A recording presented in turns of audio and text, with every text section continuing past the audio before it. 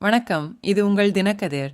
தமிழ்நாட்டில் திமுக தலைமையிலான கூட்டணியில் விடுதலை சிறுத்தைகள் கட்சியின் எதிர்காலம் குறித்த ஊகங்கள் தொடர்ந்து வரும் நிலையில், செவ்வாய்க்கிழமை லால்புரத்தில் மறைந்த காங்கிரஸ் தலைவர் எல். இளைய பெருமாளின் நூற்றாண்டு நினைவு மண்டபத்தை திறந்து வைத்த முதலமைச்சர் ஸ்டாலினும், விசிக தலைவரும் சிதம்பரம் எம்பியுமான தொல் திருமாவளவனும் தங்கள் ஒற்றுமையை மீண்டும் உறுதிப்படுத்தினர்.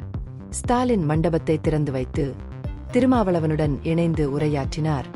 இது அவர்களின் கூட்டணியின் தொடர்ச்சியான வலிமையை குறிக்கிறது. தனது உரையின் போது ஸ்டாலின் திருமாவளவனை தனது அன்பான சகோதரர் என்று குறிப்பிட்டார். மேலும் அவரை ஒரு சீர்திருத்த தலைவர் என்று பாராட்டினார். பெரியார், அம்பேத்கர், மார்க்சிய மற்றும் காந்திய தத்துவத்தின் கொள்கைகளை பிரதிநிதித்துவப்படுத்தும் தலைவர்களை மேடை ஒன்றிணைத்ததாக திருமாவளவன் முன்பு கூறியதை அவர் எதிரொலித்தார்.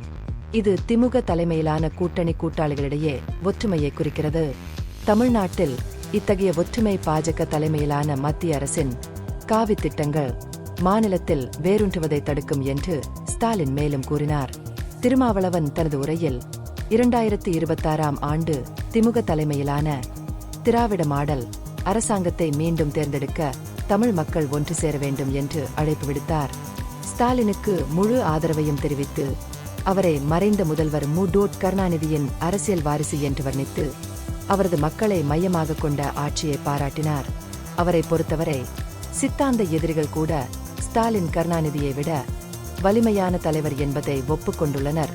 இது முதல்வரின் தலைமைத்துவ வலிமைக்கு சான்றாகும். ஒத்த எண்ணம் கொண்ட கட்சிகளை வெற்றிகரமாக ஒன்றிணைத்ததற்காக விசிக தலைவர் ஸ்டாலினுக்கு பாராட்டு தெரிவித்தார். மேலும் அனைத்து கூட்டணி வேட்பாளர்களுக்கும் வாக்குகளை திறம்பட மாற்றுவதற்கு விசிக பாடுபடும் என்று உறுதியளித்தார்.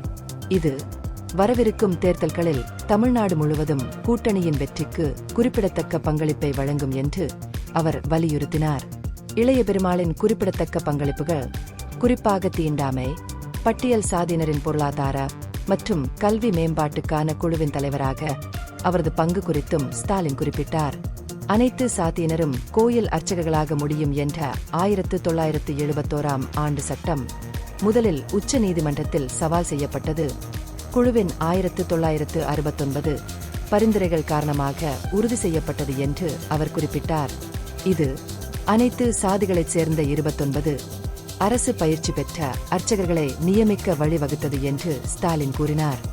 சாதி பாகுபாட்டிற்கு எதிரான இளைய பெருமாளின் வாழ்நாள் போராட்டத்தை நினைவு கூர்ந்த ஸ்டாலின் 27 வயதில் கடலூரிலிருந்து எம்பியாக தேர்ந்தெடுக்கப்பட்டதாகவும் 1998ஆம் ஆண்டு முதல் அண்ணல் அம்பேத்கர் விருதை வழங்கிய கருணாநிதியால் அவர் மிகவும் மதிக்கப்பட்டதாகவும் கூறினார். நூற்றாண்டு விழா மண்டபம் ஒரு அஞ்சலி மட்டுமல்ல, தற்போதைய திராவிட மாதிரி அரசாங்கத்தின் நன்றியுணர்வின் வெளிப்பாடாகவும் இருப்பதாக முதல்வர் கூறினார்.